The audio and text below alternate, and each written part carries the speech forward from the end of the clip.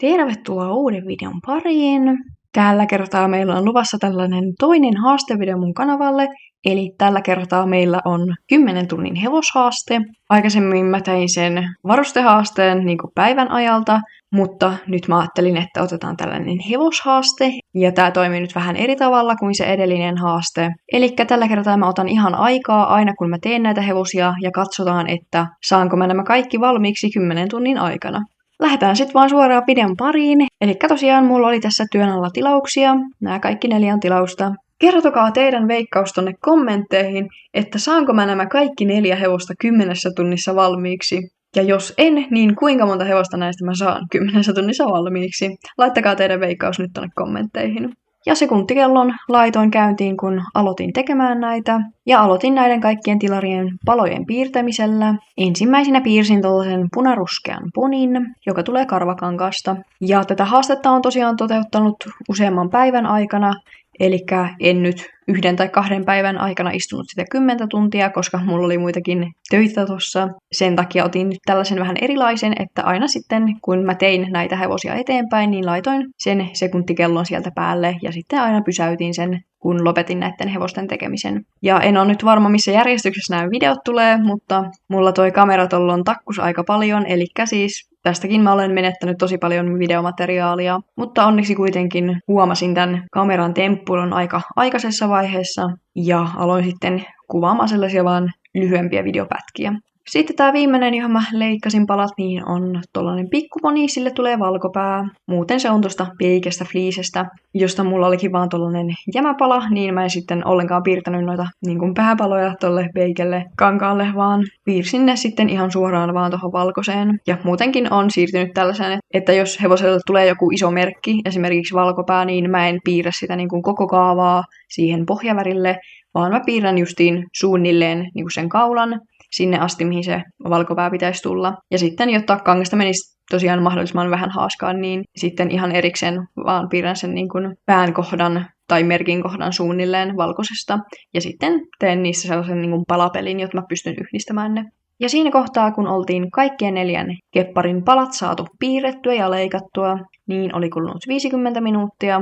Ja siitä sitten seuraavaksi lähdinkin ompelemaan valkopäätä kiinni. Siitä nyt valitettavasti ei jäänyt mitään videota, se oli kokonaan korruptoitunut, mutta siihen meni vähän reipas 7 minuuttia. Ja sitten tosiaan vielä leikkasin suut näille kaikille hevosille. Sen jälkeen siirryin noiden tukikankaiden piirtämiseen, eli noille velboa-hevosille, sille hevoskokoiselle ja sitten sille ruskealle pikkuponille, niin niille tulee tukikankaat, koska ne on velboa. 2 hepan tukikankaiden leikkaamiseen meni noin 15 minuuttia. Jonka jälkeen sitten siirryttiin tukikankaiden silittämiseen. Pieni vinkki tähän tukikankaiden silittämiseen. Tosi usein mä näen sellaista, siis ihan niin kuin ammattikepparin tekijöiltäkin, että ne liikuttaa sitä silitysrautaa koko ajan. Ja ohjeessakin sanotaan, että silitä painamalla yhtä kohtaa tässä mun tukikankaassa 12-15 sekuntia. Eli siis yhtä kohtaa pidä sitä silitysrautaa paikallaan siinä yhdessä kohdassa. Jos sulla on lämmöt siellä oikein, niin se ei pala. Mulla ei ole ikinä palannut tässä niin kuin tukikankaiden silittämisessä hevonen, mutta kuitenkin siis ihan ohjeen mukaan pidät sitä silitysrautaa kussakin kohdassa sen 12-15 sekuntia paikallaan oikealla lämmöllä. Niin sitten se liimapinta, joka on siis siinä tukikankaassa, niin se sulaa. Ei se pääse sulamaan, jos sä liikutat sitä silitysrautaa koko ajan. Ja mä käytän aina tuossa välissä tosiaan tätä leivinpaperia, jotta se ei niin kuin pääse liian kuumaksi suoraan siihen hevoseen tai tuohon kankaalle. Ja sitten se, että jos käy niin, että varsinkin ohuemman tukikankaan kanssa, jos sitä niin kuin liimaa tulee tavallaan sen kankaan läpi tuohon silitysrautaan, niin tämä estää myös sen, jotta aina kannattaa käyttää leivinpaperia siinä välissä. Tämä on tosiaan se, miten se ohjeen mukaan pitää tehdä, ja tässä menee huomattavasti vähemmän aikaa. Mutta joo, tosiaan oltiin ajassa tunti 29 minuuttia, kun sain tukikankaat silitettyä. Ja sitten mä lähdin leikkaamaan noita ylimenneitä reunoja. Eli mä tykkään leikata siitä tukikankaasta mieluummin pikkusen isomman kuin mitä se hevosen todellinen sivupala on, kuin että se olisi liian pieni. Että se tukikangas varmasti on ihan sen koko hevosen alueelta, koska jos sinne jää sellaisia pieniä laikkuja, jotta vaikka sentin matkalta ei ole tukikangasta, niin sitten siihen kohtaan saattaa tulla sellainen pieni kuhmu täyttäessä, tai sitten se sauma saattaa ihan ratketa siitä kohtaa. Niin sen takia ja aikaa säästääkseni leikkaan nämä tukikankaat vähän niin kuin sinne päin. Silleen, että ne olisi kuitenkin mahdollisimman hepanmuotoiset, koska mä totesin, että mun on nopeampi leikata nämä ylimenneet reunat pois kuin että mä tosi tarkasti leikkaisin niin kuin sen hevosen sivupalan muodon. Ja sitten näille hevosille, joille tulee tosiaan tukikangas, niin mä leikkaan niille suut vasta sen jälkeen, kun se tukikangas on kiinnitetty, jotta siitä tulee sitten tismalle niin kuin suora ja oikein kokoinen. Seuraavana lähdettiin sitten ompelemaan näitä hevosia. Ja en ole tosiaan varma paljonko mulla on tästä nyt videomateriaalia tallella, mutta taisin aloittaa just tuosta valkopäästä. Mä tosiaan ompelen keppihevosesta nykyään täysin ompelukoneella. Se on huomattavasti nopeampaa ja kestävämpää. Ja siitä saumasta ompeleesta saa sellaisen yhtenäisen näköisen koko hevosessa. Koska silloin kun mä ompelin pelkästään niin kuin kaulan ja ton pään yläosan ompelukoneella ja sitten niin kuin suun ja pään muodot käsin, niin siinä näkyi sellainen pieni ero, että selkeästi erotti, että okei, tässä on käsin ommelta. Ja sitten muuten se oli sellainen siisti, tasainen sauma. Vaikka mullakin oli siis hyvin pientä se käsinpisto, mutta silti siihen jäi sellainen ero. Ja se käsinommel ei ikinä ole yhtä kestävä kuin koneompelu. Mutta koneompelu vaatii, varsinkin just noissa niin kuin päänmuodoissa ja kulmissa, se vaatii ihan tosi paljon harjoittelua. Et siis mäkin vuosia tein käsin ne kaikki muodot. Mutta nykyään pystyn tekemään sen koneella ihan yhtä hyvin kuin käsin. Eli se välimatka siihen reunaan pysyy tasaisena läpi hevosen. 2 tuntia ja 40 minuuttia, niin oltiin saatu hevoset kankaasta ommelluksi. Ja mun pitää nyt vielä käsin ommella sitten tolle valkopäiselle noin niin kuin keskikappaleen kohdat. Eli sitä mä en tee ompelukoneella, koska mä en tee niistä sellaisia niin kuin suoria viivoja noista yhdistyskohdista, vaan mä teen sellaista muotoa sinne, jotta saadaan siitä sellainen niin kuin realistisemman näköinen. Niin sen mä teen käsin. Ja ylipäätään kaikki tällaiset niin kuin upotukset, just toi valkopään ompelu, ja sitten jos on kirjavuutta tai jotain merkkiä, niin sen teen käsin, koska siinä on paljon tuollaista muotoa, ja se pitää sitten ihan tosi reunasta ommella, niin se ei oikein ole ompelukoneella mahdollista. Siitä sitten suoraan siirryin näiden täyttämiseen, josta nyt ei jäänytkään sitten hirveästi videoklippiä talteen. Se oli mun mielestä tämän täyttämisen jälkeen vasta kun mä tajusin, että mun kamera muuten takkua ja korruptoi näitä videoita. Niin tästä eteenpäin mä sitten kuvasin sellaisia niin kuin lyhyempiä klippejä vaan. Mutta tosiaan aloitin hevosen täyttämisen perinteisesti laittamalla ne nuppineulat sinne suuhun, että se suu pysyy kiinni ja sellaisena napakkana sitten täyttäessä. Ja tossa sain sitten vanhan vanupussin kulutettua, eli siirryttiin seuraavaan 5 kilon vanusäkkiin.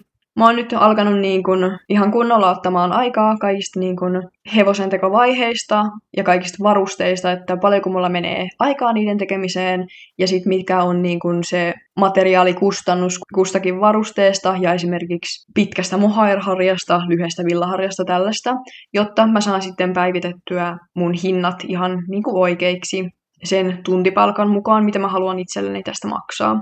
Ja sitä tuun tässä tämän vuoden tekemään. Mä oon jo hevoset saanut laskettua oikeaan hintaan. Ja sitten myös niin nämä suosituimmat varusteet, mitä multa ostetaan, niin niiden hinnat on nyt niin oikeat, mutta sitten tässä pitkin vuotta, aina kun mä teen jonkun uuden varusteen, mitä mä en ole ennen niin mitannut sitä aikaa paljonko siihen menee, tuun aina sitten sen mukaan laskemaan sen materiaalikulun ja ajan, mitä mulla menee sen varusteen tekemiseen, jotta saadaan ne sitten oikeiksi.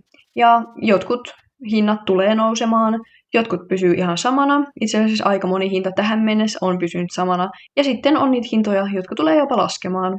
Eli jos mä oon ajatellut jonkun varusteen tekemiseen menevän vaikka puoli tuntia, mutta siihen meneekin oikeasti 15 minuuttia, niin sitten tietysti se hinta laskee sen mukaan. Mutta aloitin tosiaan jo viime vuoden lopussa tällaisen niin kuin hintojen tarkistamiseen.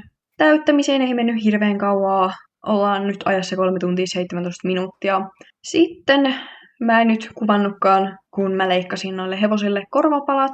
Siinä meni 20 minuuttia leikata noin korvat kaikille. Ja tässä sitten mä ompelen noin korvat.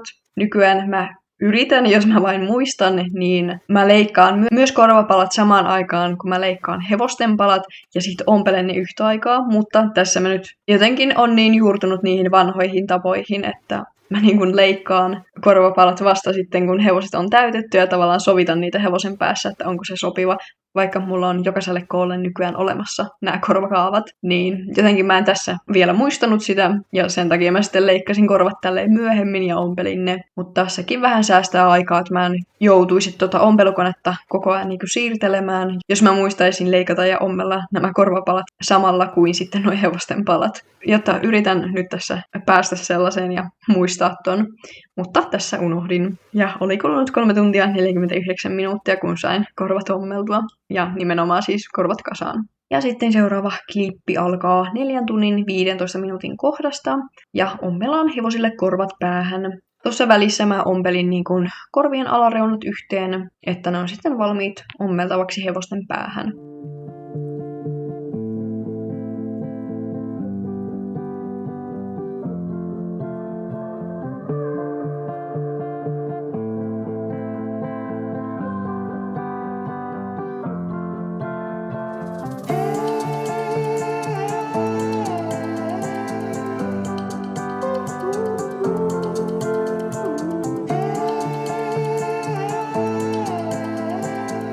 Ja tämän korvien ompelun mä tein saman päivän aikana, mutta mulla oli tuossa useamman tunnin tauko, eli kohdassa 4.40 jatkoin sitten tätä korvien ompelu 2 viimeiselle, eli tolle ponille ja sitten sille hevoskokoiselle. Millekään hepalle ei muistaakseni tullut korviin kovikkeita tällä kertaa, että ihan peruskorvat vain.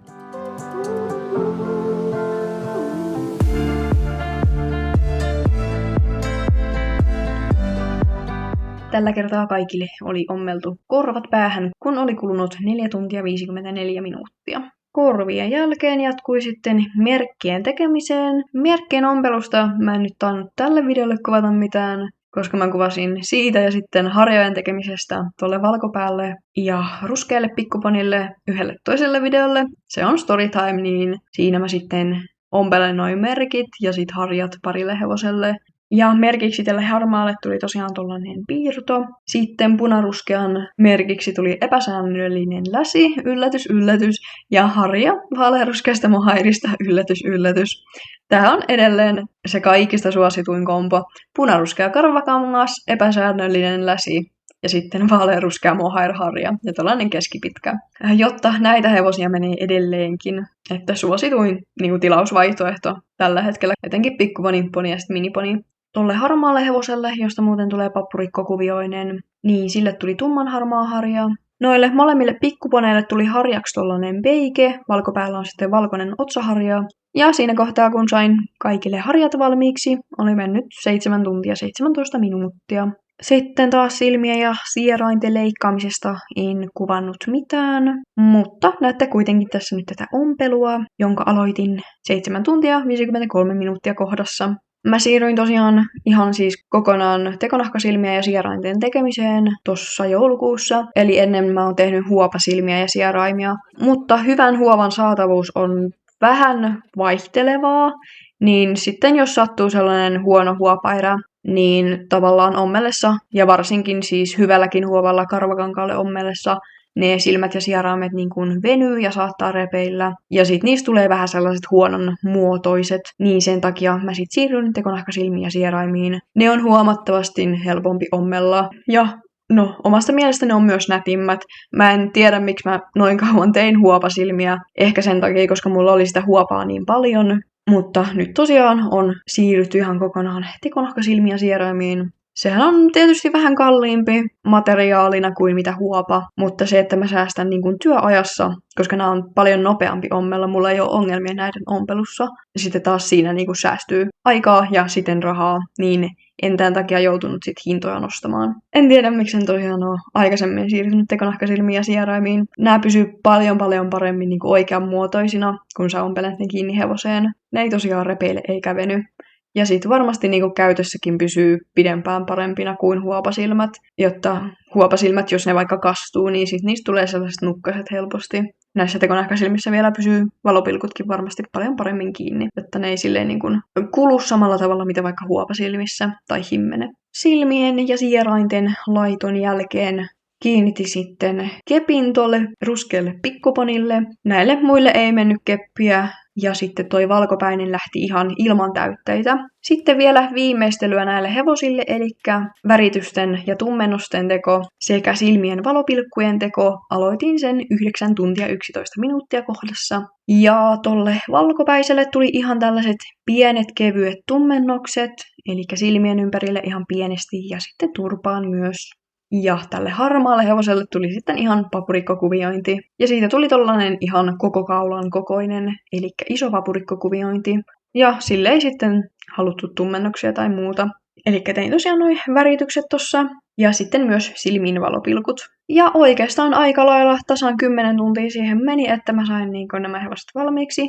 Toki tolle ruskealle pikkuponille mun pitää tehdä vielä väritys, mutta mä en sitä tässä videota kuvatessa vielä ehtinyt tekemään, että mulla meni useampi päivä ennen kuin mä sit sain sen värityksen tehtyä, koska mulla oli muita kiireitä tossa. Mutta kuitenkin 10 tunnissa saatiin nämä 4 hevosta valmiiksi, miinus sitten ton yhden väritys. Elikkä jos olisi sellaisia helpompia hevosia, hyvin simppeleitä, yksinkertaisia, joille tulisi ehkä maks jotain tummennoksia, niin hyvin helposti onnistuisi 4 tehdä ihan täysin valmiiksi 10 tunnissa.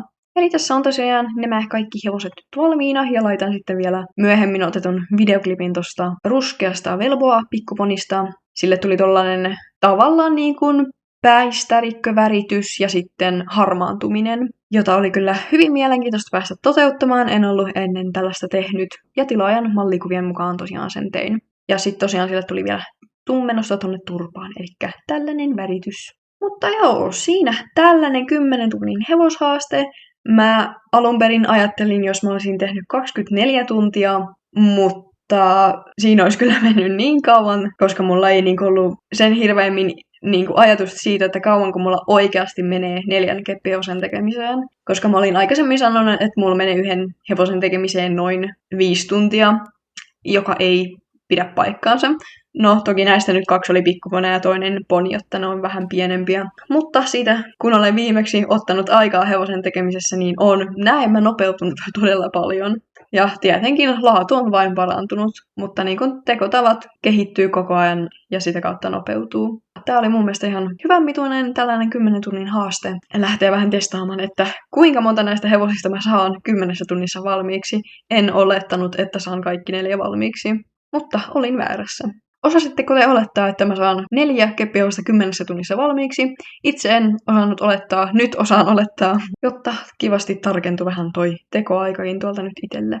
Ja varmistui myös se, että mä pystyn aika pitkälti jatkaa näiden hevosten tekemistä nyt näillä hinnoilla, koska se palkkatoive sieltä toteutui ihan kivasti. Ja sitten, onko teillä jotain muita tällaisia haasteehdotuksia? Mä nyt tein sen varustehaasteen, ja se oli kuinka monta varustetta pystyin tekemään 24 tunnin aikana, mutta se oli että mä aloitin edellisenä päivänä tähän kellon aikaan ja lopetin seuraavana päivänä samaan kellon aikaan. Eli se ei ollut tällainen sekuntikellolla otettu.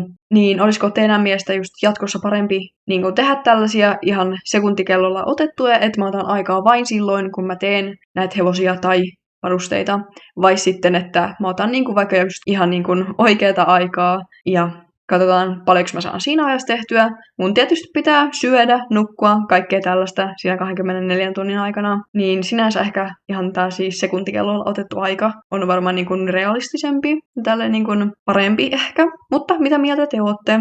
Ja ehdotelkaas, että mistä mä tekisin seuraavaksi tällaisia haasteita, tällaista aikahaasteista. Tai sitten just värihaasteita, että tekisin pelkästään tietyn värisiä varusteita tai vaikka ihan tiettyjä varusteita, että tehdään pelkästään riimuja tai tehdään pelkästään suitsia. Heittäkää tosiaan ehdotuksia, niin voi sitten toteuttaa näitä videoita. Muistakaa tykätä videosta ja tilata mun kanava. Se auttaa mua paljon eteenpäin. Ja ihan tosi iso kiitos kaikille katsojille. Nähdään sitten ensi kerralla. Moikka!